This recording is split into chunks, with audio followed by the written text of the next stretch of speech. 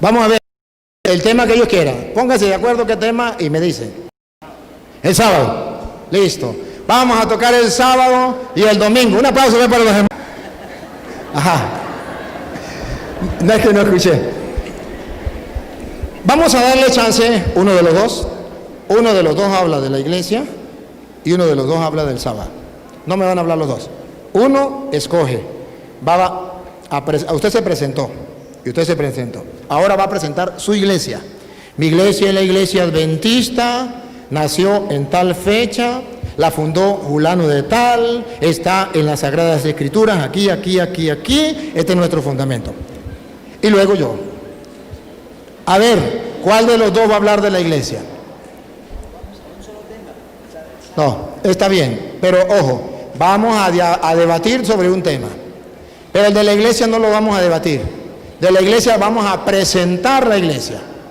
La iglesia no la vamos a debatir, vamos a presentarla. Porque usted me dice, ¿cómo le creo yo si usted no es de la iglesia de Jesucristo? Yo tengo que saber cuál es la iglesia de Jesucristo, porque si no es la iglesia de Jesucristo, ¿cómo le voy a estar creyendo lo que usted enseñe? Ahora, si usted me comprueba a mí que usted es la iglesia de Jesucristo, yo le creo. Así de fácil. Pero si no es la iglesia de Jesucristo, no estoy interesado en creerle. Porque yo quiero estar en la iglesia de Jesucristo, porque yo soy cristiano. Jesucristo es el Señor. ¿Escucharon la homilía de esta mañana, verdad? Jesucristo es el Señor. Si Él es el Señor, hay que hacer lo que Él manda, lo que Él diga. Entonces aquí se trata de ver qué dijo Jesucristo. Hermano querido, uno de los dos, ¿cuál de los dos va a escoger el tema de la iglesia para presentarla? ¿Usted? Voy a hablar con usted. Las cámaras están filmando y el mundo entero lo está siguiendo. Usted tiene que demostrarle al mundo entero que la iglesia adventista del séptimo día fue fundada por Jesucristo. Si no fue fundada por Jesucristo, tiene que decir quién la fundó y cuándo. Lo único es que si usted dice que fue fundada por Jesucristo, usted tiene que mostrarme en el año 100, o en el año 200, o en el año 300, en el año 1000, dónde estaba esa iglesia, cómo se llamó un pastor de su iglesia, para que haya constancia, porque yo puedo decir, la iglesia mía es la de Jesucristo, y la fundé ayer. Entonces, ¿cómo me tengo constancia? Tiene que haber constancia. Y tiene que mostrarle al mundo que esa iglesia es de Jesucristo, que la fundó Jesucristo. Y yo, entonces, también voy a hacer lo mismo. Voy a decir que la iglesia de Jesucristo es esta, por esto y por esto. Y así nos vamos a entender. Si usted no lo hace, nadie le va a decir nada porque no lo vamos a debatir. Pero va a quedar registrado para el mundo entero que usted no dijo nada. Puede ser que usted dé vuelta y hable de una cosa, hable de otra, menos de la iglesia. Es el tiempo suyo y usted hace lo que usted quiera con su tiempo. Usted puede hablarnos aquí de la reencarnación, por decir un ejemplo. Usted puede hablarnos aquí de cómo es lo extraterrestre. Usted tiene su tiempo y habla de lo que usted quiere. Pero el público está evaluando si usted habló de la iglesia. Y si usted mostró que su iglesia es la de Jesucristo. Eso es lo que va a evaluar la gente. Si usted no lo hace, la gente suma, resta y le da la puntuación. Y el problema es que si usted no lo hace, yo sí lo voy a hacer. Entonces la gente va a quedar clara. Ese es el problema. Lo repito, no va a hablar de otra cosa, va a hablar de la iglesia con fundamentos bíblicos. Y si habla de otro tema que no sea el de la iglesia, eso es problema suyo. Pero usted y los demás nos daremos cuenta que evadió la pregunta, se fue por otro lado, dijo muchas cosas, pero no dijo lo que queríamos. ¿Cuál es el fundamento de la iglesia? Vamos a dar ese fundamento, esa presentación de la iglesia, vamos a darle media hora o 40 minutos. No, el Señor dijo que podía ser como vigilia, que él tenía tiempo. Vamos a darle 40 minutos a una hora, usted escoge. 40 minutos a una hora, no nos pasemos ni nos bajemos. Si usted quiere bajarse, se baja, pero no se pasa. ¿Le parece una hora o 40 minutos? Si usted quiere menos, usted lo hace menos, pero ponemos una hora, 40 minutos. En 40 minutos él va a poner lo de la iglesia. Si él lleva 5 minutos o 10 minutos y considera, escúcheme, hermano, si usted lleva 10 minutos o 15 minutos y usted considera que ya dio la presentación de su iglesia, simplemente puede decir hasta aquí y se sienta y listo, y yo agarro y doy la presentación de mi iglesia, y entonces no hay ningún problema. Lo que no puede es pasarse de 40 minutos, eso sí. Bien, ¿cómo es que se llama usted? Javier Rueda. Démosle la bienvenida a nuestro hermano Javier Rueda, adventista del séptimo día. Bienvenido. No, él va a trabajar con este micrófono. Si usted quiere leer, usted lee. Si no, aquí hay un lector, o si no, pone a leer a su compañero o su compañero, como usted quiera. Listo. El tiempo, los árbitros, por favor. Los árbitros. A ver, ponga uno que tenga cronograma para que nos ayude allí. Las muchachitas les avisan a los árbitros. Venga para acá y se siente aquí con los árbitros para que usted le muestre a los árbitros el... Niña, cuando comience el hermano a hablar, usted pone a trabajar. Y cuando lleve 40 minutos, le falten 5 minutos para los 40, usted le dice a los árbitros para que los árbitros le avisen. Ustedes le avisan a él cuando falten 5 minutos, ¿le parece? Bueno, comenzamos pues.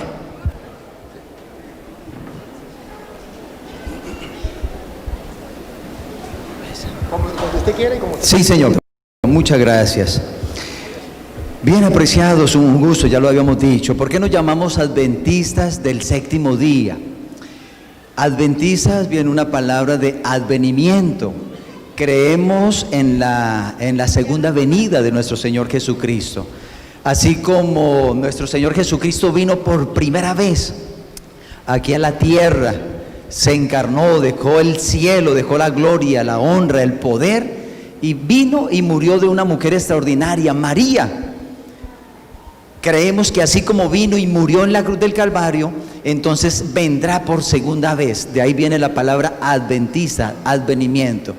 Y del séptimo día, que va a ser el tema que va a tocar el pastor, entonces creemos que a la luz de la palabra, el día de descanso, según los mandamientos, es el séptimo de la semana, el sábado. Ahí eso significa la palabra, nuestro nombre de la iglesia, adventistas del séptimo día. A la luz de la Escritura, apreciados, Mateo capítulo 16, Mateo capítulo 16, cuando nuestro Señor Jesucristo estuvo aquí en la tierra, entonces su misión, antes de tocar el capítulo 16, su misión, Mateo habla que Él vino a hacer 3 grandes cosas, 3 grandes misiones, y Jesús recorría toda Galilea, todos los pueblos, sanando, enseñando y predicando el Evangelio. Jesucristo enfocó su misión, su tarea en esas 3 grandes cosas, en esas 3 grandes misiones: sanar, predicar y enseñar. La iglesia adventista del séptimo día, siguiendo el ejemplo de nuestro Señor Jesucristo, le damos énfasis a esos 3 aspectos. La enseñanza. La iglesia adventista es una de las iglesias a nivel mundial que tiene más escuelas y colegios y aún universidades. Creemos que la enseñanza, creemos que la educación es fundamental hoy en la sociedad. Es muy importante educar a nuestros hijos, educar a los jóvenes y por supuesto educar a los adultos. La enseñanza. La segunda tarea que Jesús enseñó o Jesús practicó cuando estuvo aquí en la tierra fue la de sanar. Más que predicar, uno revisa los evangelios y va a encontrar que más que predicar, que más que hablar del evangelio, Jesús realizó su ministerio en la sanidad. La iglesia adventista del séptimo día le da mucha importancia, le da mucho valor a la parte de la sanidad. Entonces se han fundado hospitales, se han fundado puestos de salud. Trata la iglesia de cumplir esa misión en todo el mundo, sanando a las personas. Creemos que Dios hoy aún obra en la tierra y que está realizando su tarea. Y la tercera grande misión que Jesús realizó, entonces no solo enseñaba, no solo sanaba, sino que predicaba. Y la iglesia adventista cumple esa tarea en todo el mundo. La iglesia adventista del séptimo día hace presencia en más de 209 o 11 países del mundo, de los 230 y algo países que reconoce las Naciones Unidas. La iglesia adventista hace, entonces la iglesia adventista es una iglesia mundial. La iglesia adventista somos católicos porque es una iglesia universal. ¿Está bien? Por eso nos creemos que nosotros somos también católicos. Creemos porque somos una iglesia universal, no solo una iglesia aquí de Cúcuta, no solo una iglesia aquí de Colombia, de Sudamérica, sino es una iglesia mundial. Cuando Jesús mencionó allí en Mateo capítulo 16, vamos a leer a partir del versículo 17, por favor.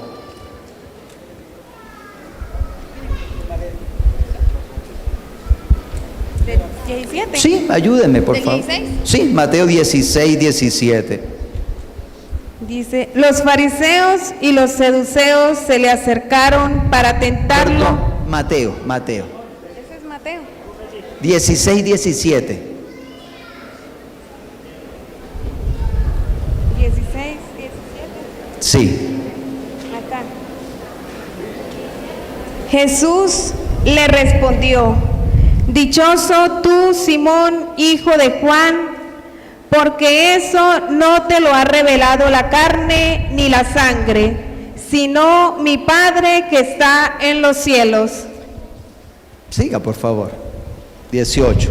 Yo te digo que tú eres Pedro, y sobre esta piedra edificaré mi iglesia, y las puertas del infierno no prevalecerán contra ella. 19, tenga la bondad. Te daré las llaves del reino de Dios, y lo que ates en la tierra quedará atado en los cielos, y lo que desates en la tierra quedará desatado en los cielos. Muy bien, gracias, muy amable. Jesús aquí está estableciendo, razón del tiempo quizás no lo hacemos, pero los capítulos anteriores Él está reuniendo su equipo. Él llamó entonces a 12 discípulos, y en esta ocasión, en un encuentro con Pedro, le dijo esa palabra famosa que nosotros conocemos y recordamos: bienaventurado eres Simón Pedro, hijo de Jonás. La discusión era una en el versículo anterior, versículo 16, ¿cierto? Respondió Simón Pedro a la pregunta de Jesús: ¿qué dice la gente? ¿Quién soy yo?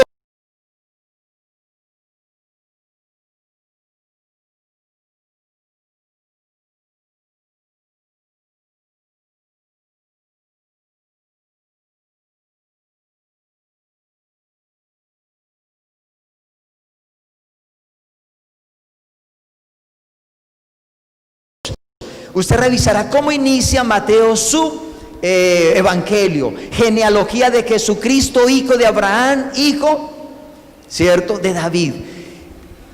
Mateo le está predicando. Mateo quiere llegar a los judíos, y si él quiere llegar a los judíos de Jesús, él tiene que empezar diciendo que Jesús era judío, que Jesús venía de la descendencia judía. Por eso su evangelio empieza de esa manera: genealogía de Jesucristo. Y luego entonces que une su equipo y frente a la pregunta: ¿quién dice la gente? ¿Quién soy yo? Porque tristemente el evangelio igual dice: a los suyos vino y los suyos no lo conocieron. Ahora entonces Pedro viene y le responde: tú eres el Cristo. Saben, Mateo se divide en 3 grandes secciones. Vamos a mirarlo así en forma muy rápida, mis queridos. La primera sección, por favor, Mateo capítulo 4.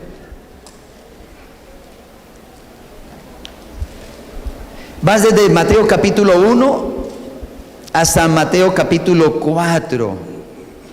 Y vamos a leer entonces versículo 16, por favor.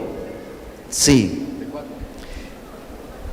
Sí, del capítulo 4. El 17, para avanzar un poquito, avanzar mejor. Versículo 17. Desde entonces, Jesús empezó a proclamar este mensaje: renuncien a su mal camino. No, perdón, 4:17. ¿Sí? Bueno, la versión es un poquito diferente, ayúdenme. Ahí viene. Porque el reino de los cielos está ahora cerca. Bien, quiero contextualizarlos, por favor. Estamos hablando en el Evangelio de Mateo, ¿cierto? Y es bueno, una regla de la hermenéutica, que es la ciencia de la interpretación de la Biblia, nos dice que podemos nosotros, para interpretar correctamente la Biblia, mirar el contexto. Y esto es lo que yo estoy tratando de hacer. El contexto general para llegar entonces al contexto específico. Como decir, el bosque para llegar al árbol. ¿Está bien? Estamos diciendo, Mateo, se me olvidó decirle que necesitamos un tablero, pero bueno, avancemos. Mateo está dividido en 3 grandes secciones. La primera sección de Mateo, del capítulo 1 hasta el capítulo 4, y esa frase es muy importante: desde entonces. ¿Quién reconoce en la primera parte de Mateo que Jesucristo es el Hijo de Dios? Capítulo 3, por favor, vamos a retroceder un poquito, versículo 17, para avanzar rápido. Al mismo tiempo, se oyó una voz del cielo que decía: este es mi Hijo, el amado. Gracias. ¿Quién está reconociendo, apreciados amigos, hermanos, que Jesucristo es el Hijo de Dios en ese lugar? ¿Quién está reconociendo? El Padre. Jesús se bautizó. Jesús fue sumergido en el río Jordán, y cuando salió del agua, debía estar debajo del agua, se oyó una voz del cielo que dijo: este es mi Hijo, en Él me complazco, con Él me hago feliz. En la primera parte del Evangelio está reconociendo el Padre que Jesucristo es su Hijo. ¿Vamos bien?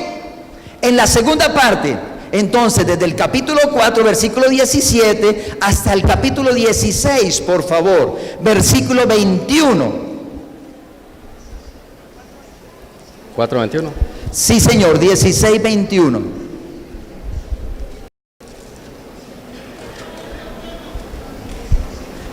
Perdón, pastor.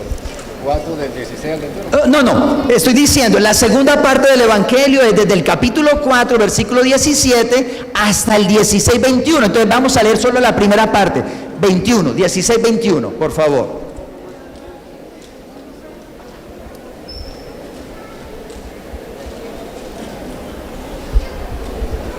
A partir de ese día, Muy bien, ahí está. ¿Por qué digo esto, mis queridos? ¿Cuál fue la frase del 4:17? Desde entonces, a partir de aquel tiempo. ¿Cuál es la frase del 16:21? Desde entonces, desde aquel tiempo, es decir, la misma frase. No por casualidad Mateo está dividiendo. En esta segunda parte, ¿quién reconoce que Jesús es el Hijo de Dios? Ahora retrocedamos un poquito a la página 16:16, por favor. Pedro contestó: tú eres el Mesías, el Hijo del Dios vivo. Muy bien, ¿quién reconoce ahí que Jesucristo es el Hijo de Dios? Pedro. ¿Quién era Pedro? ¿De qué nación era Pedro? Judía, Pedro era judío. Y la tercera y la última parte, mi querido, va del 16:21 en adelante hasta el 28, si mal no recuerdo, de Mateo. Pero ¿quién reconoce en la segunda parte, mi queridos, que Jesús es el Hijo de Dios? 27:54, por favor.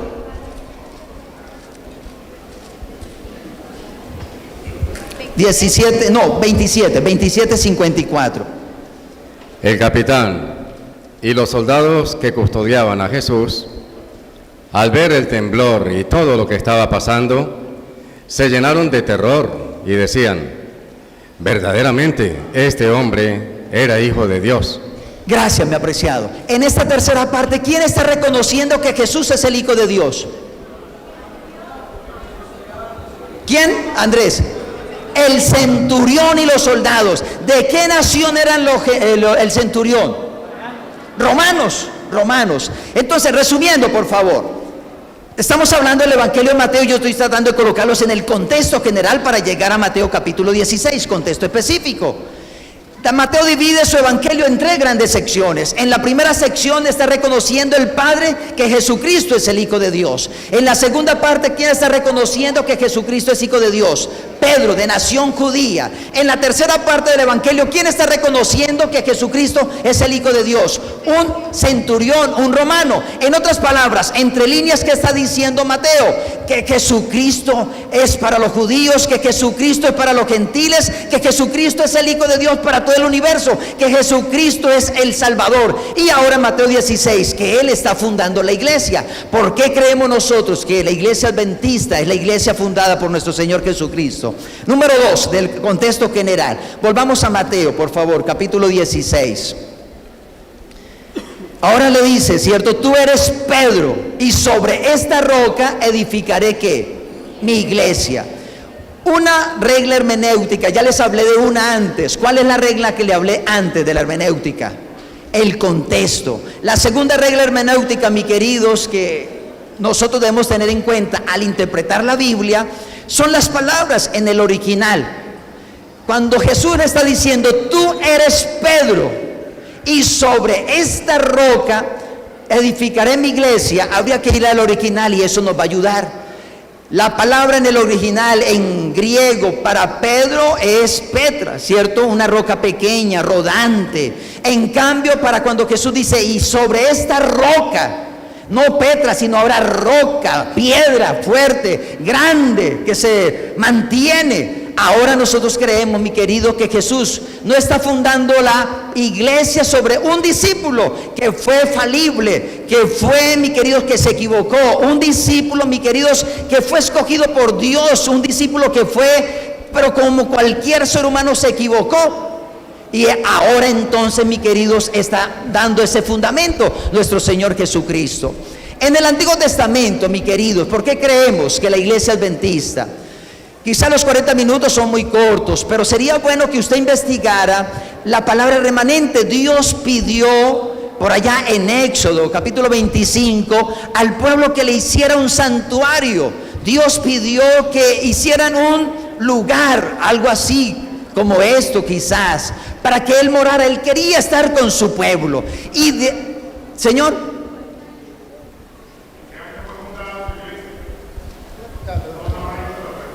Pero un momentico, la pregunta no hay pregunta. Él está exponiendo y nosotros escuchamos y punto. gracias. Estamos mencionando, ¿cierto?, como el contexto. Ahora en el pueblo de Israel, mis queridos, Dios siempre ha mantenido su iglesia. Dios siempre ha mantenido su iglesia, su congregación, su pueblo. Vamos ahora entonces al Nuevo Testamento, mi querido. Dios escogió a su iglesia. Vamos a Apocalipsis capítulo 12, por favor. Mira una grande característica.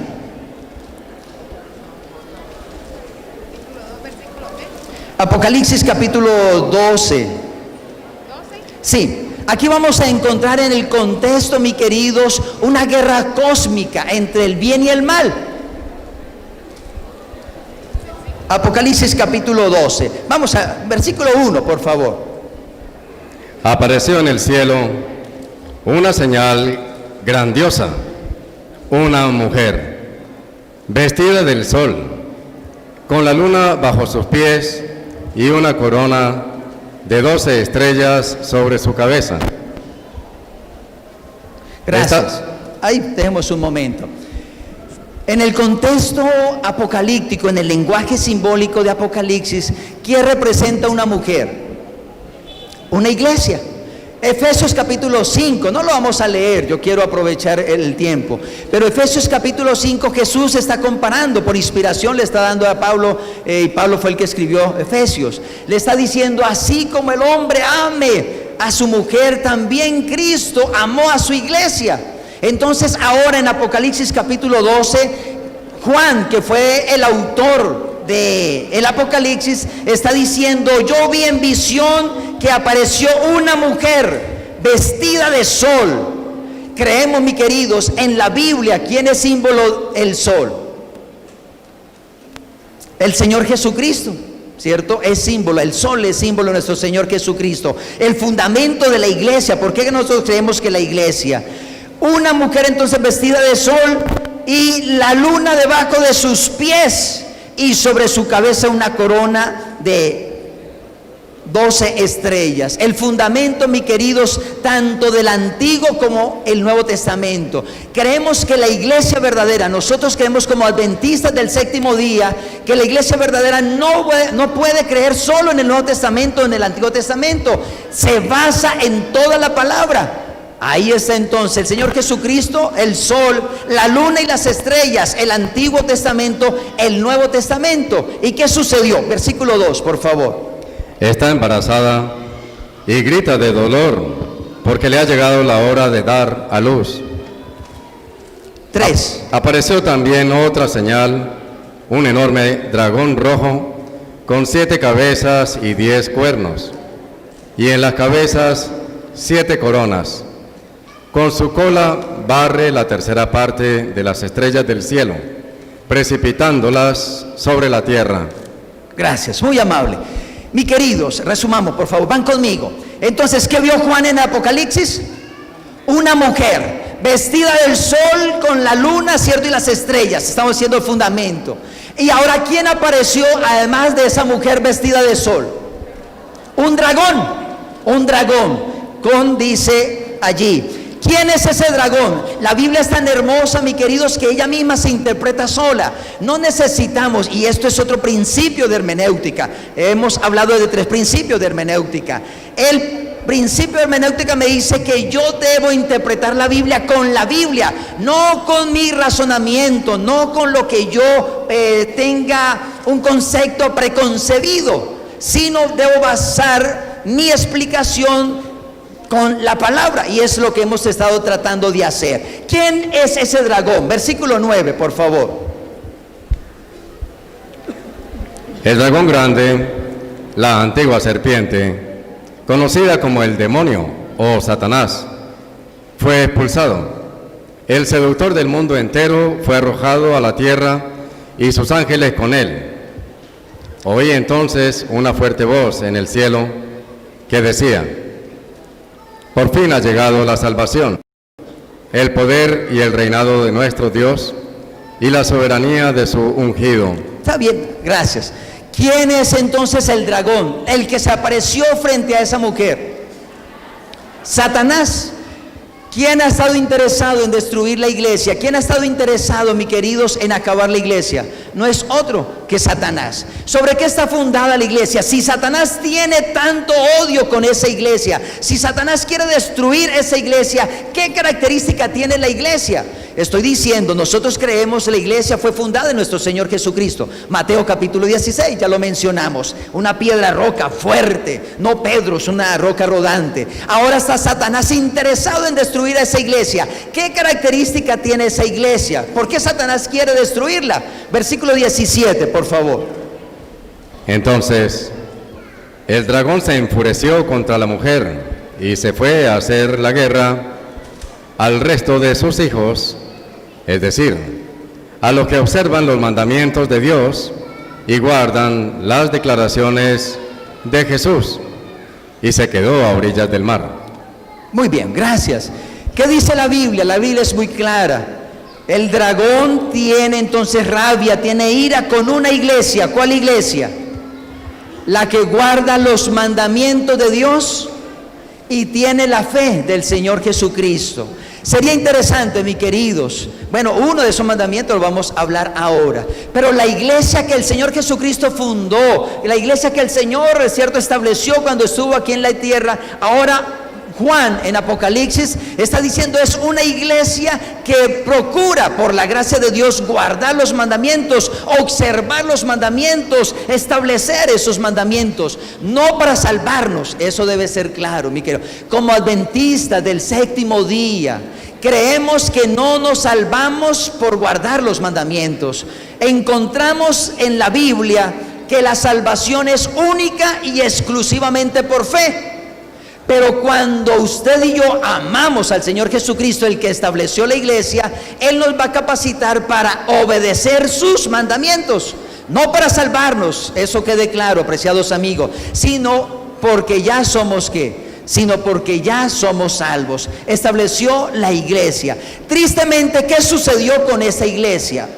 Dios estableció la iglesia con el pueblo de Israel, ¿cierto? Ya estoy diciendo, un remanente. No hay tiempo para mirar ese contexto del remanente, pero usted observaría, mis queridos, el pueblo de Israel. Repasen conmigo, por favor, un poco la historia del pueblo de Israel para conocer un poco de la iglesia. El pueblo de Israel nació a partir quizás de Abraham. Dios llamó a Abraham y entonces de ahí empezó la raza, ahí nació el pueblo de Abraham, el pueblo de la fe. Luego, tristemente, mis queridos, el plan que Dios tenía con ese pueblo se resquebrajó. Ellos no fueron fieles, Dios no pudo llevarlos a Canaán. Y entonces por desobediencia fueron ¿a dónde? A Egipto. Antes de Egipto llegó José. Recordemos un momento, lo vendió a sus hermanos, llegó a Egipto. Y de allí Egipto permaneció 400 años. Y Dios llamó a un instrumento, Moisés, para que sacara a su pueblo. Y ahora pasó por el Mar Rojo, pasó por el desierto 40 años. Estoy recordando, para luego hacer el paralelo con la iglesia que Dios estableció. No pierdan la idea. Repaso un poquito. Empezó con José. Luego, número 2, va con Egipto, allá 400 años. Número 3, pasa el río Jordán. Número 4, mis queridos, entonces está en el desierto. Y ahí en el desierto Dios hace un pacto con ese pueblo, con esa iglesia. Vamos a volver otra vez a Mateo, mis queridos. Mateo capítulo 1. Bien, gracias. Tenemos que contabilizar el tiempo para poder avanzar y tocar el punto que deseamos, que queremos. Insisto un poquito, esto es muy importante, mi querido. Vamos a hacer el paralelo. Dios estableció allá en el Antiguo Testamento su pueblo, su iglesia.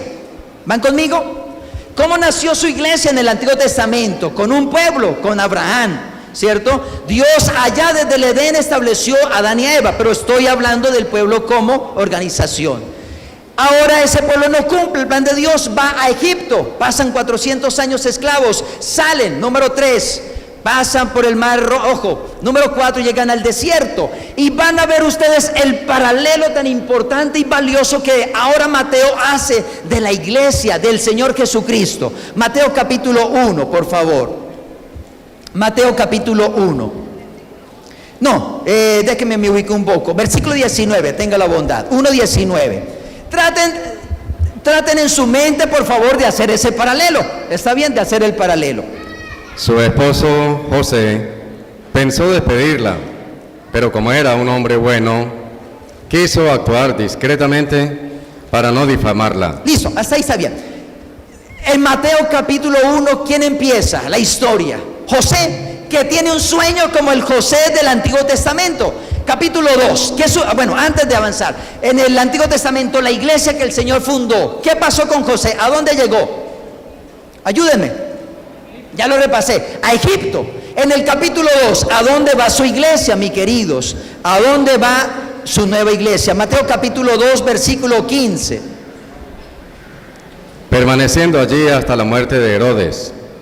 Así se cumplió lo que había anunciado el Señor por boca del profeta. Llamé de Egipto a mi hijo. Muy bien, ¿a dónde está su iglesia, mis queridos, ahora? Jesucristo, en el capítulo 2. ¿A dónde? A Egipto, a Egipto. José en el Antiguo Testamento en Egipto, Jesús, la iglesia antigua. Ahora la iglesia en el Nuevo Testamento, José, ¿cierto? Va a Egipto con Jesús y así se cumplió lo que dice la Escritura. Luego de Egipto, ¿cuánto tiempo permaneció? 400 años. ¿A dónde salió? Cuando sale de Egipto, ¿con qué se enfrenta? Lo primero que quizás se enfrenta el pueblo de Israel, la iglesia de Dios en el Antiguo Testamento. Con el Mar Rojo. Capítulo 3, por favor, capítulo 3, el versículo 16. Una vez bautizado, Jesús salió del agua. En ese momento se abrieron los cielos y vio al Espíritu de Dios que bajaba como una paloma y se posaba sobre él. Muy bien, gracias. En el capítulo 3 de Mateo, mis queridos, ¿qué está pasando con la iglesia, con el Señor Jesucristo? ¿A dónde está yendo? ¿Qué está pasando con él? No oigo. El bautismo. Insisto un poquito porque esto me parece que es bien importante. José, Egipto, el Mar Rojo, antiguo, su pueblo Israel, en la iglesia. En el Nuevo Testamento entonces Jesús empieza con José, que tiene sueños. Número 2, mis queridos, va a Egipto, como se cumplió la profecía. Número 3, entonces es bautizado con el paralelo del Mar Rojo. Número 4, número 4, mis queridos, después que pasa el pueblo de Israel el Mar Rojo, ¿a dónde llega? Antes, el desierto. ¿Cuántos años? 40 años. Capítulo 1, por favor, versículo 1, capítulo 4. El Espíritu condujo a Jesús al desierto para que fuera tentado por el diablo. Versículo 2. Y después de estar sin comer 40 días y 40 noches, al final sintió hambre. Muy bien. ¿Cuánto tiempo estuvo Jesús en el desierto? 40 días. ¿Cuánto estuvo el pueblo de Israel en el desierto? 40 años, mi querido. ¿Están viendo el paralelo? Jesús está cumpliendo, mi queridos, lo que el pueblo de Israel, su remanente, no cumplió. Y allá yo quiero llegar. Ahora, mi querido, después en el desierto el pueblo de Israel, ¿qué Dios le da? En el desierto, algo muy famoso, algo que conocemos. ¿Qué le da Dios al pueblo de Israel? Su pueblo. Los 10 mandamientos en un monte. Éxodo capítulo 19. Ahora vamos a Mateo capítulo 5, por favor. Mateo capítulo 5, por favor. 1. Jesús, al ver toda aquella muchedumbre, subió al monte. Se sentó y sus discípulos se reunieron a su alrededor. Entonces comenzó a hablar y les enseñaba diciendo: felices los que tienen el Espíritu. Gracias. En el capítulo 5 entonces encontramos a Jesús, ¿dónde? En un monte, y enseña las bienaventuranzas. Sería interesante, pero claro, no quiero desviarme del tema. ¿Qué estoy diciendo, mis queridos amigos? En el Antiguo Testamento Dios estableció un pueblo y ya vivimos la trayectoria. Ahora en el Nuevo Testamento, ¿quién está cumpliendo eso que tristemente el pueblo de Israel no cumplió? El Señor Jesucristo. Toda la historia que el pueblo de Israel pasó en el Antiguo Testamento, ahora Jesús la está viviendo en el Nuevo Testamento. Por eso llegamos ahora a Mateo capítulo 16. Él es la iglesia, mis queridos. Él fundó la iglesia. Él es el que tiene el fundamento y nosotros creemos. Y una de las características de la iglesia remanente, una de las características de la iglesia, mis queridos, que fue fundada por Dios, ya dijimos, es observar los 10 mandamientos. Por eso el enemigo está tan, ¿qué llamamos? Enfocado, interesado en destruir la iglesia que guarda los mandamientos ¿de quién? Los mandamientos de Dios. Ese es el ministerio. Creemos como adventistas, mi querido, insisto un poco, no nos salvamos por guardar el sábado, no nos salvamos por guardar la ley. Creemos que el único que nos salva, como así era en el Antiguo Testamento, la salvación era única y exclusivamente ¿por qué? Por fe. Igual en el Nuevo Testamento era única y exclusivamente por fe. Ahora, mis queridos, ese texto, ya no hay judío, ya no hay griego. No sé si me ayudan, por favor. Se está terminando el tiempo, nos quedan 9 minutos. 9 minutos. Tengo que correr un poquito. Ese texto, ayúdenme. Dice, no hay judío, no hay griego. Gálatas 3:28. Gracias. Mis queridos, ahora ya el pueblo de Israel no se constituye el pueblo de Dios. Tristemente ellos no cumplieron la expectativa de Dios. Ahora Dios está diciendo, ya no hay judío, ya no hay griego, ya no hay libre, ya no hay esclavo. Ahora el pueblo de Dios. Es interesante, pero no nos da el tiempo. Usted revisa los ejemplos de Mateo, de cómo aceptan a Jesucristo la iglesia, y van a encontrar que no los judíos, en la primera capítulo los 4 son mujeres paganas, mujeres pecadoras.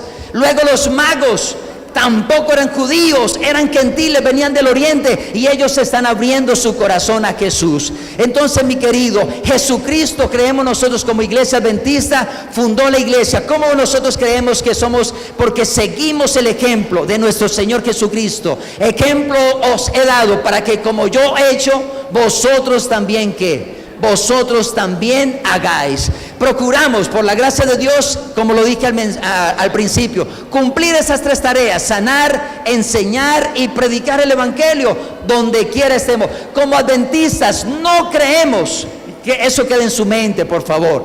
Como adventistas no creemos que somos los únicos que nos vamos a salvar.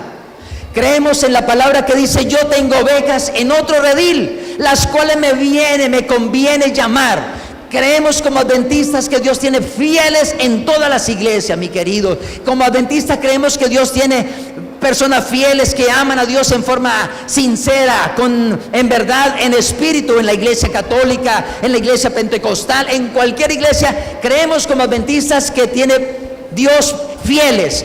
Pero creemos también como adventistas, al final de la historia de este planeta Tierra, así como Satanás está interesado en destruir esa iglesia que guarda los mandamientos, Apocalipsis capítulo 18 dice que el pueblo fiel, el pueblo que ama a Dios, debe salir, pero eso lo hace Dios en un momento. Eso lo hace Dios, mi querido, a través de la obra del Espíritu Santo en el corazón de cada uno. Y cada uno entonces debe aceptar o rechazar esa invitación, como Noé, cuando predicó durante 120 años. Nunca antes había llovido, la tierra se regaba era con un vapor. Y ahora predicando Noé, ¿cómo así que va a haber un diluvio? ¿Cómo que va a llover? No conocían ellos que era llover, y hasta que se cumplió, y entonces vino el diluvio. Igual hoy, mi querido amigo, apreciado hermano, por la gracia de Dios y por el fundamento de la palabra, usted y yo debemos creer en la palabra. Debemos saber que Jesucristo repitió la historia del pueblo de Israel, pero que ya no hay un Israel, que ahora Dios está diciendo la invitación: judío, gentil, colombiano, americano, chino, cualquiera que sea.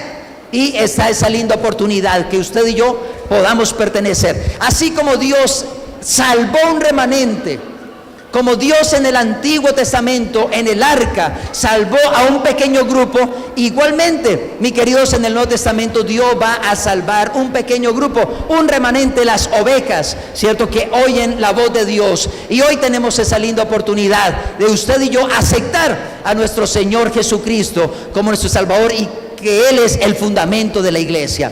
Pastor, le quedan 5 minuticos. Quedan 5 minuticos, gracias, muy amable, apreciado. Entonces resumamos lo que estoy diciendo, aprovechemos esos minuticos para tratar de sintetizar las ideas que mencioné. Número 1, mis queridos, creemos nosotros que Dios siempre ha tenido un pueblo. En el Antiguo Testamento el pueblo de Israel, y lo escogió. No cumplió el deber, no cumplió el propósito que Dios tenía. Número 2, ahora ¿quién cumplió?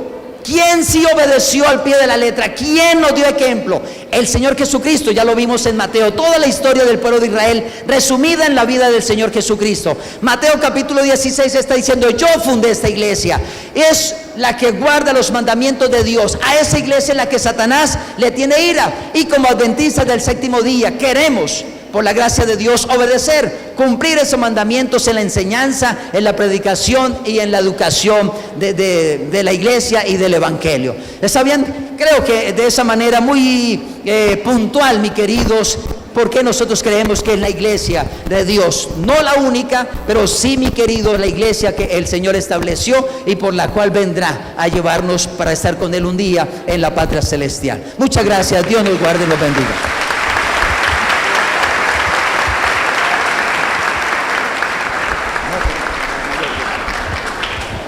Bien, calientico.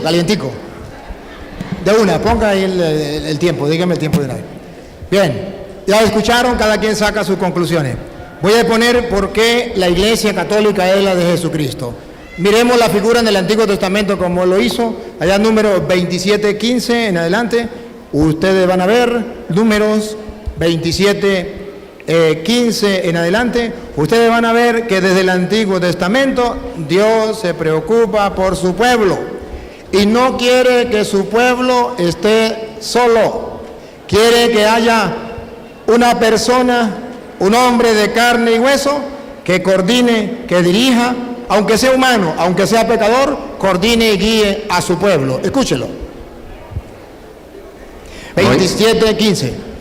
Moisés pues dijo a Yahvé, que Yahvé Dios de los espíritus de todos los mortales, designe un hombre para estar al frente de esta comunidad. Dios no quiere que su comunidad, que su pueblo esté sin que alguien lo dirija, y va a escoger a un hombre. Lo hizo en el Antiguo Testamento. Siga. Para que salga y entre al frente de ellos. Él los hará salir y entrar. Y con esto, el pueblo de Yahvé. Escuche, y con esto, El pueblo de Yahvé el pueblo de Dios no se parecerá a un rebaño sin pastor. no se va a parecer a un rebaño sin... En la mentalidad de Dios del Antiguo Testamento es que su pueblo, que él compara con ovejas, no esté sin un hombre de carne y hueso que lo dirija como pastor, que entre y salga. Versículo 22. Moisés hizo como le había mandado Yahvé. Tomó a Josué y lo puso delante del sacerdote Eleazar y delante de todo el pueblo. Le impuso su mano y lo estableció como Yahvé había dicho. Lo estableció como Yahvé lo había dicho. ¿Cómo? A través de la imposición de las manos. Observen que el querer de Dios es que el pueblo no esté como oveja sin pastor. ¿Y a quién va a mandar? No es que él mismo personalmente lo va a dirigir. Él lo va a dirigir por medio de un hombre de carne y hueso, Antiguo Testamento. Y a través de la imposición de las manos, manda a Josué. Y en Deuteronomio capítulo 34, versículo 9, van a ver que esa imposición de manos de Moisés hacia Josué valió la pena, hizo algo importante. Pero tenían a Josué, hijo de Nun, el cual quedó lleno del espíritu de sabiduría, porque Moisés había puesto sus manos sobre él. Observe, ¿para qué era la imposición de manos? Para que recibiera el Espíritu de Dios, el Espíritu de la sabiduría, y pudiese guiar al pueblo. Ya desde el Antiguo Testamento encontramos que Dios tiene un pueblo y lo llama ovejas. Pero Él quiere guiar a ese pueblo. ¿Cómo lo hace? Con un hombre pecador, un hombre de carne y hueso como cualquiera. Lo pone al frente. Y eso se transmite, ese poder, a través de la imposición de las manos. Vamos a ver Nuevo Testamento, San Juan capítulo 10, versículo del 10 en adelante. Si algún hermano lo encuentra, le pasa el micrófono a ellos para que me ayuden a leer, para que ellos también participen. San Juan capítulo 10, versículo del 10 en adelante. Dale, Luis, si no lo encuentran ellos, dale usted, el que lo encuentre primero. El ladrón solo viene a robar. El 11, versículo 11. Yo soy el buen pastor. Aquí está. A ver, repítalo, Luis. Yo soy el buen pastor. ¿Quién es el buen pastor? Jesucristo. ¿Quién es la piedra angular? Jesucristo. Si Jesucristo es el buen pastor, ¿pueden existir otros pastores? No podrían existir ningún otro pastor, porque Él es el buen pastor. Si Jesucristo es la roca, y solo Él es la roca, y Él es la piedra, y Pedro no puede ser piedra, pues Jesucristo es el pastor, y ellos no pueden ser pastores. Cristo es la piedra, Pedro no puede ser piedra.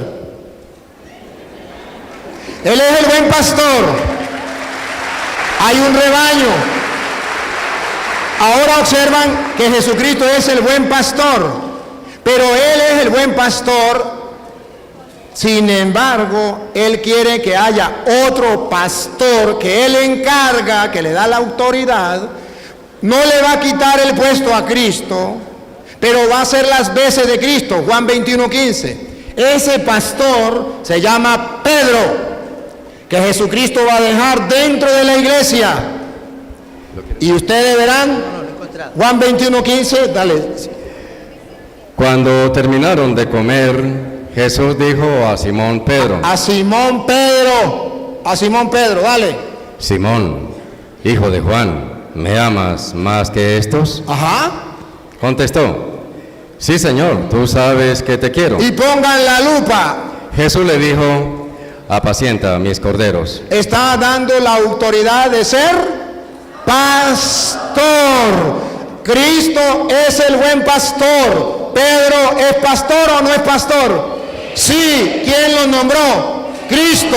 ¿Le está quitando el puesto a Cristo? No. En el rebaño de Cristo, en la iglesia de Jesucristo, hay un pastor de carne y hueso. No le quita el puesto a Cristo. Él le da ese poder, esa autoridad, lo reemplaza.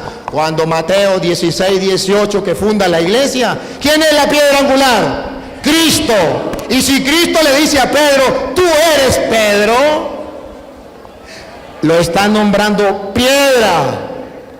Tú eres Pedro, y sobre esta piedra, el hermano, con el respeto que merece, dijo que Jesucristo enseñó así, hizo el gesto, vean el video, sobre esta piedra, y eso no lo dice la Biblia, eso no lo dice la Biblia, y él dijo que la ley de la hermenéutica era que tenía que ser fundamentado en la Biblia, y esto no lo dice la Biblia.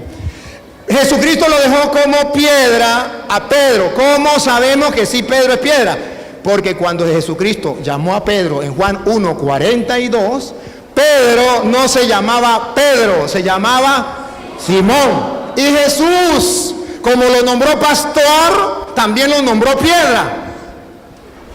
Y no le quita el puesto ni aquí, ni aquí. Juan 1:42. Y se lo presentó a Jesús. Jesús miró fijamente a Simón. Simón no se llamaba Pedro, Simón se llamaba Simón. Dale. Y le dijo, tú eres Simón, hijo de Juan, pero te llamarás Kefas. ¿Qué quiere decir piedra? ¿Qué quiere decir piedra? Entonces Jesús nombra a Pedro piedra. No le quita el puesto a Cristo. Cristo es la piedra angular. Pero Pedro es la piedra humana, visible, de carne y hueso, que va la gente a observar. Cristo es el buen pastor, pero Pedro es el pastor de carne y hueso, humano, pecador, que la gente va a ver, que va a guiar, que va a dirigir la iglesia de Jesucristo. Entonces, hay un jefe, hay un pastor dentro de la iglesia, hay un hombre a quien Cristo le dio la autoridad. Y si ustedes observan en Mateo 16, 18, cuando Jesús le dice a Pedro, tú eres Pedro, ¿y cómo sabemos que Jesús no le dijo, tú eres Pedro, y mire bien, sobre esta piedra voy a fundar la iglesia? Porque cuando le dice, tú eres Pedro, lo tiene listo, ¿verdad? Jesucristo va a dar 4 maneras de decirle a Pedro que tiene autoridad. Una, dale. Y ahora yo te digo, tú eres Pedro, o sea, piedra, y sobre esta piedra edificaré mi iglesia. Vamos a ver si le está dando autoridad a Pedro sobre la iglesia o no.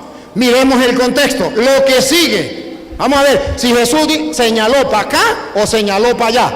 Vamos a ver. Los poderes de la muerte jamás la podrán vencer. La lupa, pongan la lupa para ver para dónde va la mano, si para allá o para acá. Yo te daré. ¿Para dónde está señalando?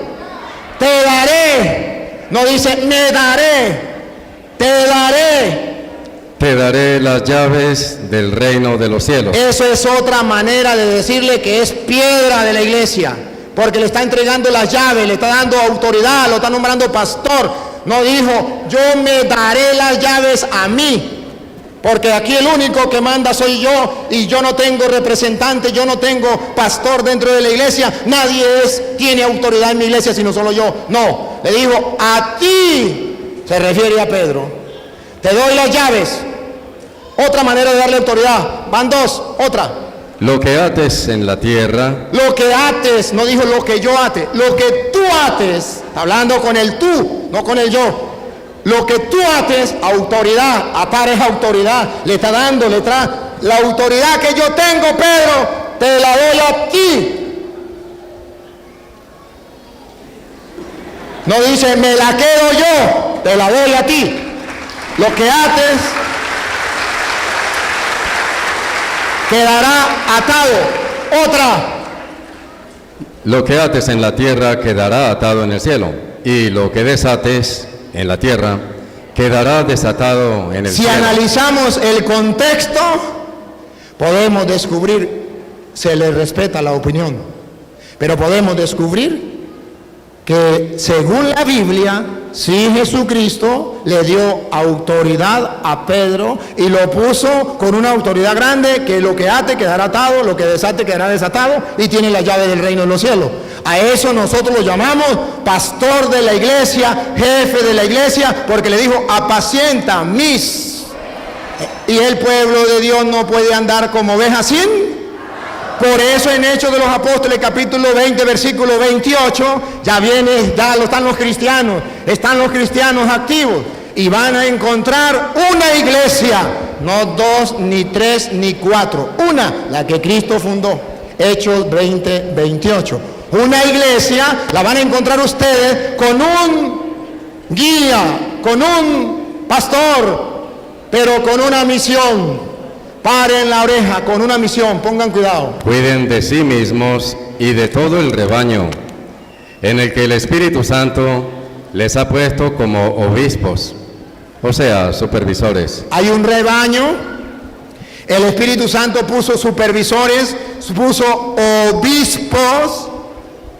Pastoreen la iglesia del Señor. Aquí, el Señor, ¿cuántas iglesias tiene?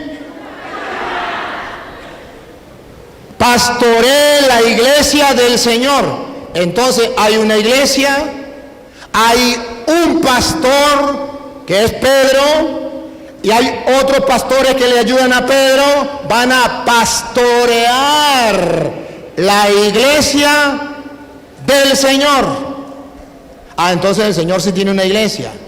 Entonces sí dejó un pastor, que nadie me puede decir que ese pastor era adventista, o era evangélico, o era nada. Es Pedro, el jefe de la iglesia, y le voy a mostrar por qué de la iglesia católica. Le voy a mostrar. Entonces observen ustedes que aquí deja un pastor. ¿Para qué? ¿Cuál es la tarea? Pongan cuidado. ¿Para qué la va a pastorear? La que él adquirió con su propia sangre. Él la adquirió con su propia sangre, significa que esa iglesia es importante. Vale oro. Dale. Sé Aquí está. Sé que después de mi partida de que yo me vaya, se introducirán entre ustedes, se van a introducir entre ustedes, lobos voraces, siga, que no perdonarán al rebaño. ¿Para qué Cristo dejó pastor? Para que los lobos no dañen las ovejas. Van a llegar lobos que van a destruir la oveja. ¿Y quiénes serán esos lobos? Vamos a ver si vienen del monte, si son animales. Dale. De entre ustedes mismos surgirán hombres que enseñarán doctrinas falsas. Los lobos son hombres. Como los pastores son hombres, los lobos también son hombres. ¿Cómo sabemos que son lobos? Porque enseñan doctrinas falsas. De modo que no cualquier iglesia es la de Cristo.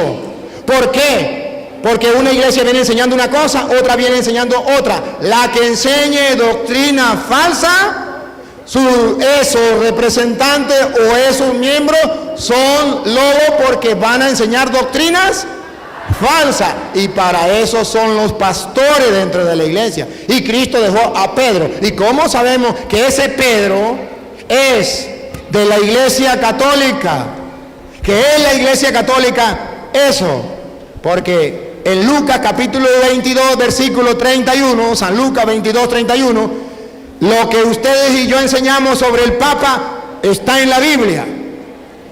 Y lo verán distinto a lo que los hermanos separados, con el respeto que ellos merecen, enseñan. Lucas 22, 31.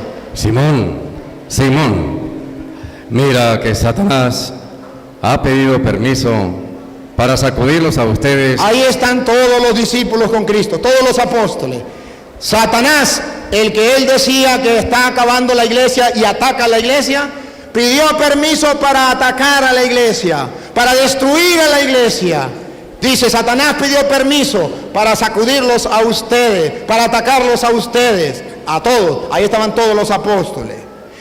Y observen que es la iglesia católica, porque en la iglesia católica está el único representante que dejó Cristo, que gobierna toda la iglesia, porque es el pastor, la piedra que Cristo dejó para que la viéramos visible, pecador, pero visible. Y escuche, pero yo he rogado por ti. Aquí está la primacía de Pedro. Yo he rogado por ti. ¿Por qué no rogó por Juan? ¿Por qué no rogó por Santiago? ¿Por qué no por Mateo? ¿Por qué tenía que ser por Pedro?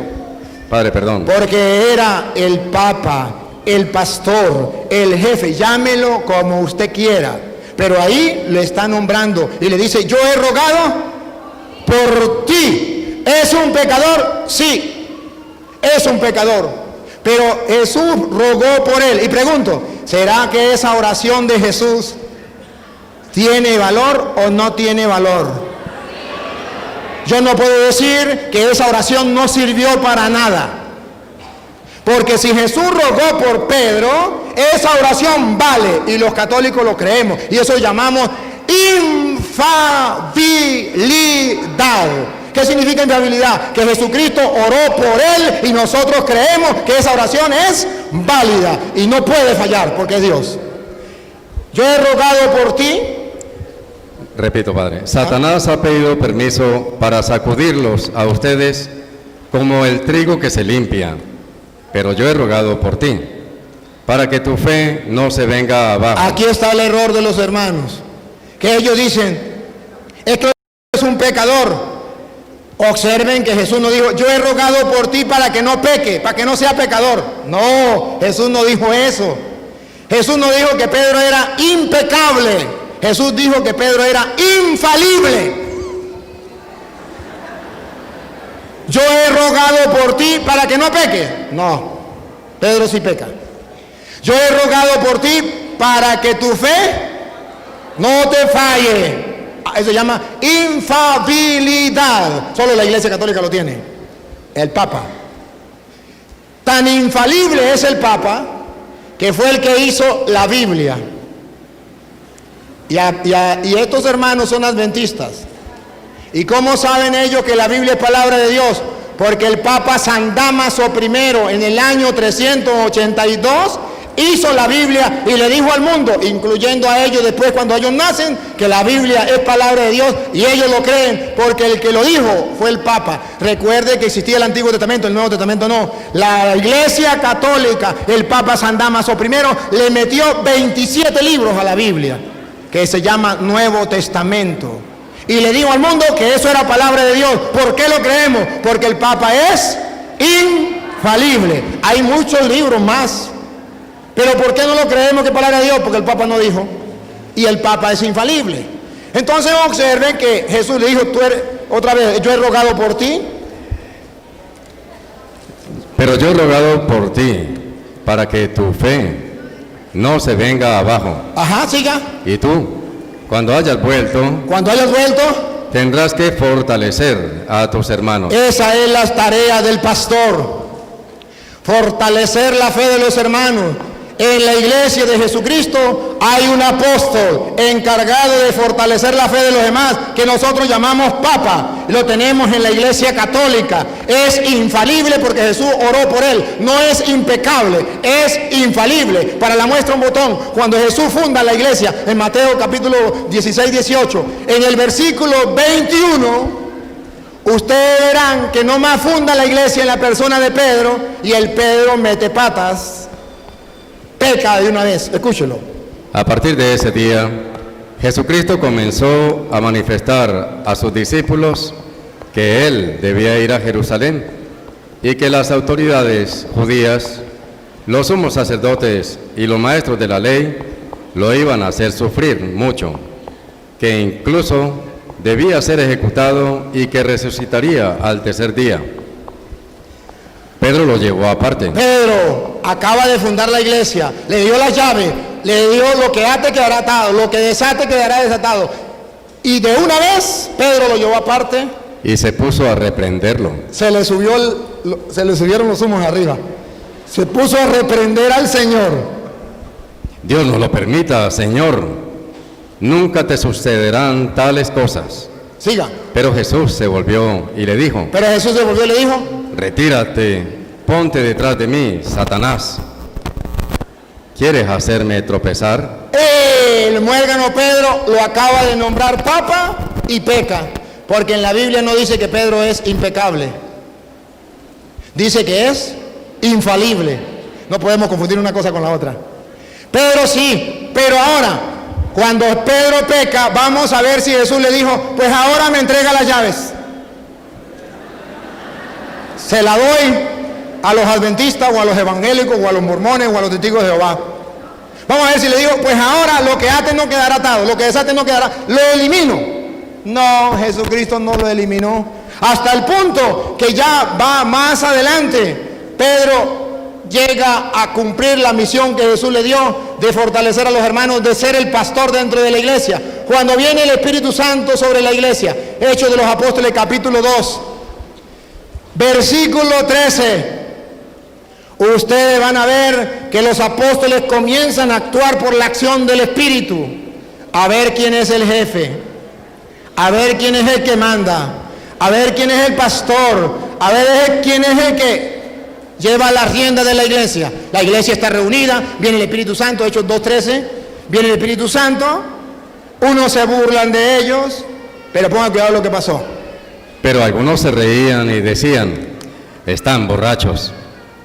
Entonces Pedro, con los 11 a su lado, Pedro, con los 11 a su lado, ¿ve que lo respetaban? Con los 11 a su lado, se puso de pie, alzó la voz y se dirigió a ellos. Se lanzó el primer discurso. ¿Por qué no lo hizo Santiago? ¿Por qué no lo hizo Juan? ¿Por qué tenía que ser Pedro? Porque, el Señor le había dado la misión a Pedro. ¿Qué pasa antes de venir el Espíritu Santo cuando falta Judas? ¿Se acuerda que Judas se murió? Hechos 1:15, Judas muere, falta un apóstol.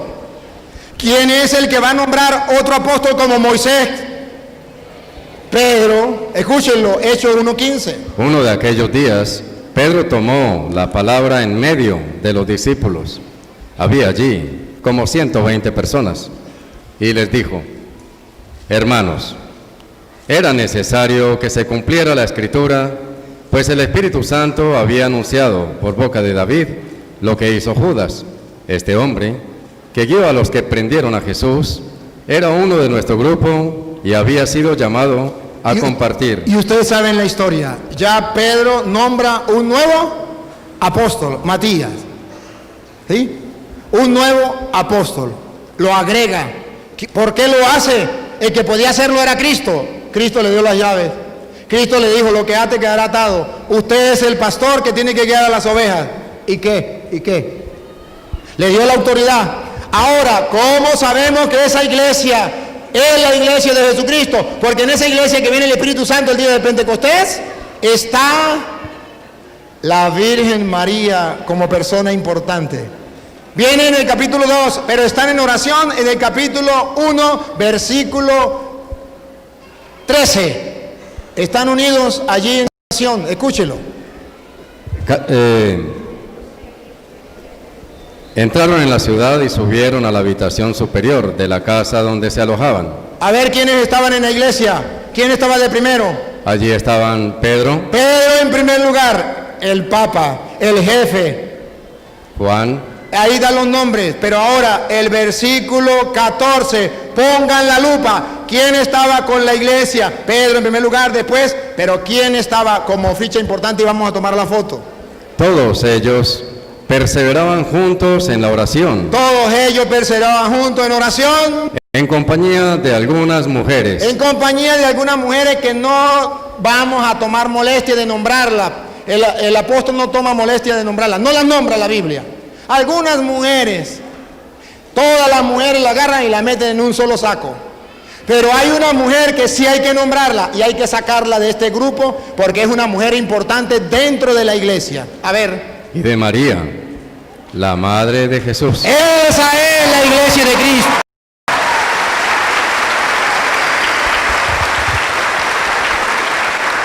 Dentro de la iglesia de Jesucristo, donde Pedro está en primer lugar, ahí está María, muy diferente a las demás mujeres. La sacaron del saco de las mujeres y ella es tan importante que dice María, la madre del Señor. Entonces, la única iglesia que mantiene a María tan importante dentro de la iglesia, como la Madre del Señor, la Iglesia Católica. Ahora bien, me quedan 15 minutos. ¿Cómo sé yo más que la Iglesia Católica habla de Jesucristo? Con Biblia en mano. Hechos de los Apóstoles, capítulo 8, versículo 18. Esa autoridad que Cristo le dio a los apóstoles se transmite de sucesión apostólica a través de la imposición de las manos. Observen, en la iglesia de Jesucristo nadie se nombra pastor por su propia cuenta. Tienen que nombrarlo a alguien, tienen que imponerle las manos a alguien, y ese que impone las manos no puede ser Pánfilo ni Petronilo. Vamos a ver quién es el que tiene que imponer las manos para que reciba la sucesión apostólica. Al ver Simón que mediante la imposición de las manos de los apóstoles, Recuerda que Moisés le impuso las manos a Josué y recibió el espíritu de sabiduría para guiar al pueblo, para que no anduviese como oveja sin pastor. En el Nuevo Testamento igual, viene y se impone las manos, repítalo. al ver Simón que mediante la imposición de las manos de los apóstoles, Subrayen la palabra de los apóstoles. Esto significa que otra persona que no sea apóstol impone la mano, eso no es válido. No trae la sucesión apostólica. Puede ser que ellos impongan manos, pero vamos a ver la sucesión apostólica si viene desde Cristo. A ver si en el año 200 ellos existían, a ver si en el año 300 existían los adventistas, a ver si en el año 1000 existían los adventistas. Ellos no existían y no tenían sucesión apostólica. La Iglesia Católica trae la sucesión apostólica a través de la imposición de manos. ¿Ustedes han visto una ordenación sacerdotal? Imposición de manos, como lo dice la Biblia, a través de la imposición de manos de los apóstoles, ¿qué pasaba? se transmitía el Espíritu. Como lo hizo Moisés con Josué. Siga. Les ofreció dinero Les ofreció dinero. y les dijo: denme a mí también ese poder, Dame a mí ese poder. ¿Para qué? de modo que a quien yo imponga las manos, reciba también el Espíritu Santo. Él quería tener la sucesión apostólica para él nombrar nuevos apóstoles con sucesión apostólica, y no se lo vendieron porque eso no se vende. Así no es el que quiera ser pastor, es el que Dios llame, es el que a través de los apóstoles le impongan las manos. Ahora bien, ustedes van a ver que Pablo, antes. ¿Cómo sabemos que es la Iglesia Católica con la sucesión de imposición de manos? Porque recuerda que Esteban lo mataron. ¿Y quién mató a Esteban? ¿Era cristiano o no? ¿Cómo sabemos que pertenecía a la Iglesia de Cristo y tenía la sucesión apostólica? Porque le impusieron las manos en el capítulo 6 de Hechos de los Apóstoles, que no vamos a leer, en el versículo 6, y ustedes lo pueden leer en la casa. Le pusieron las manos, pero lo van a matar. Y en el capítulo 8, versículo 1, dice que Pablo estaba allí y él agarró la ropa de Esteban. 8:1 de Hechos. Saulo estaba allí y aprobaba el asesinato. Y Pablo estaba allí y miraba el asesinato. Este fue el comienzo de una gran persecución. Entonces la iglesia, cuando mataron a Esteban, Pablo todavía no era católico. Pablo era judío. Y Pablo se convierte a la religión de Esteban. Y en esa religión de Esteban existía la imposición de manos. Pablo se convierte en el capítulo 9, es en el capítulo 8. En el capítulo 9 Pablo se convierte camino a Damasco. Y cuando va camino a Damasco, el Señor le dice: Saulo, Saulo, ¿por qué me persigue? Él ha dicho en Lucas 10:16: al que ustedes escuchan, a mí me escucha; al que ustedes rechazan, a mí me rechaza. Saulo, Saulo, ¿por qué me persigue? Y él dice: ¿quién eres, Señor? Y él le dice: soy Jesús, a quien tú persigues. Perseguir a la iglesia de Cristo es perseguir a Jesucristo. Entonces Pablo perseguía, Pablo se convierte, ahora Pablo se integra a la iglesia y él quiere ser apóstol. ¿Qué tiene que hacer? Que le impongan las Hechos de los Apóstoles, capítulo 13, versículo 2 en adelante. A Pablo le imponen las manos para que él pueda ser apóstol. Si no, no puede ser apóstol.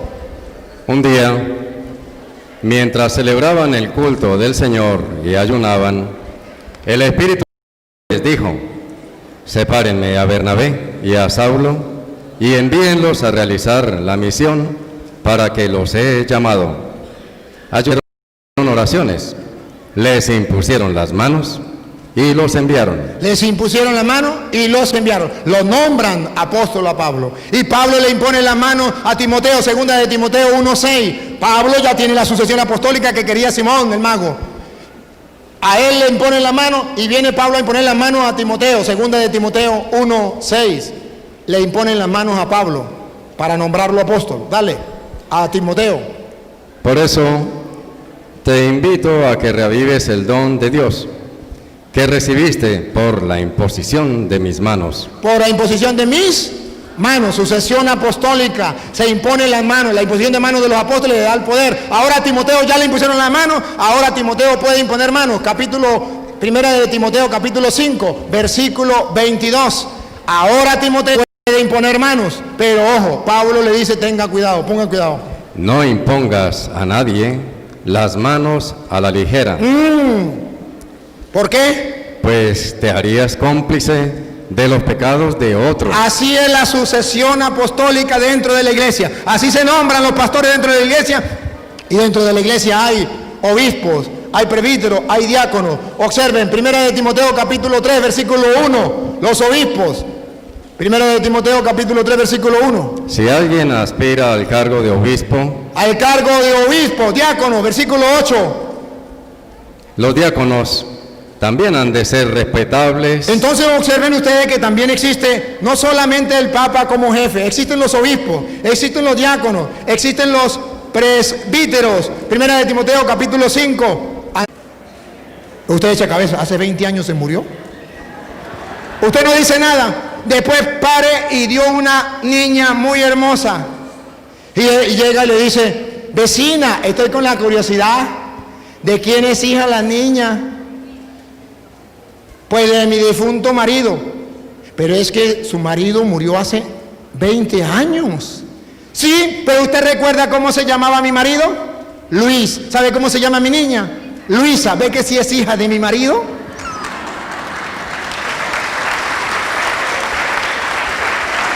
Usted puede ser que le crea.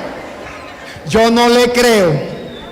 Si Jesucristo fundó la iglesia hace 2000 años, ¿por qué la iglesia adventista no tiene 2000 años? ¿Por qué no tiene templos? Pruebas. Que tenga 2000 años, que tenga 1000 años, que tenga 1500 años, que tenga 1900 años. ¿Por qué no tiene los restos de los apóstoles, las tumbas de los apóstoles? Si la tumba de los apóstoles lo tienen los cristianos. ¿Por qué no? ¿Por qué ellos no hicieron la Biblia? ¿Por qué tuvo que hacerla la iglesia católica? Entonces Jesucristo funda una iglesia. ¡Ojo! Y todo aquel que está en contra de la iglesia de Jesucristo, está en contra de Jesucristo. Dijo Pablo en 1 de Corintios capítulo 15, versículo 8. Él perseguía a la iglesia de Jesucristo sin darse cuenta. Y eso es un pecado. Porque el estar en contra de la iglesia de Jesucristo es un pecado. Escuche, 1 de Corintios capítulo 15, versículo 8.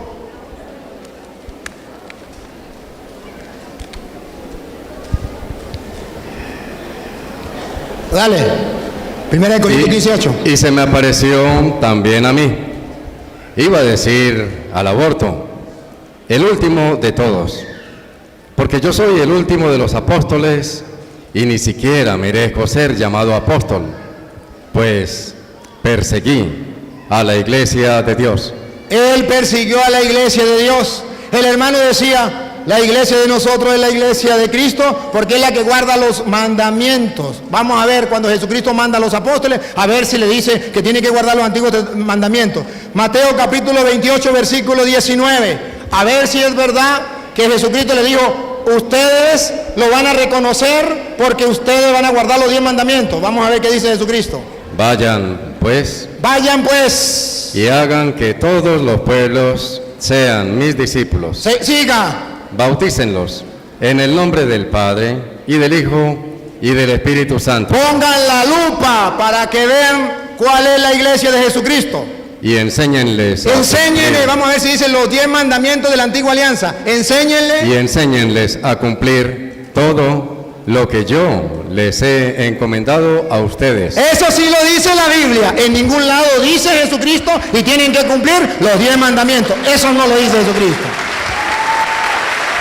mandó a cumplir lo que Él había mandado. Y si ustedes quieren ver algo mejor, Romanos capítulo 13, versículo 8, para que ustedes vean que Jesucristo, según los apóstoles, Romanos capítulo 13, versículo 8, esos mandamientos de la antigua alianza, ya ustedes van a ver que en el Nuevo Testamento, ¿qué pasa? Dale. No tengan deuda alguna con nadie. Otra vez, Luis. No tengan deuda alguna con nadie. No tengan deuda alguna con nadie. Fuera del amor mutuo que Fuera se del deben. amor mutuo Que se deben. que se debe.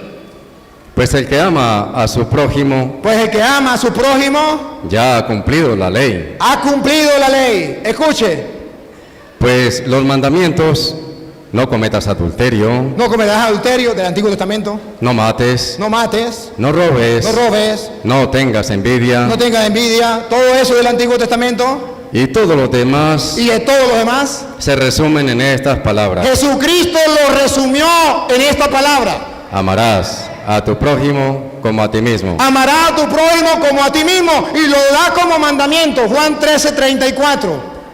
Ya no digan, dijo Jesús, lo que yo les he enseñado, ya le doy un nuevo mandamiento. Todo lo del Antiguo Testamento lo voy a resumir en el amor al prójimo. Y escúchenlo: Les doy un mandamiento nuevo. le doy un mandamiento nuevo. Los otros quedaron atrás, el mío es nuevo. Ustedes van a hacer lo que yo les mande. Un mandamiento nuevo: Que se amen los unos a los otros. que se amen los unos a los otros. Ustedes deben amarse unos a otros como yo los he amado. Siga. En esto ¿Ya? reconocerán todos que son mis discípulos. En esto reconocerán todos que son, en que cumpla mi mandamiento: ámense los unos a los otros como yo les he amado. Les he presentado la Iglesia Católica.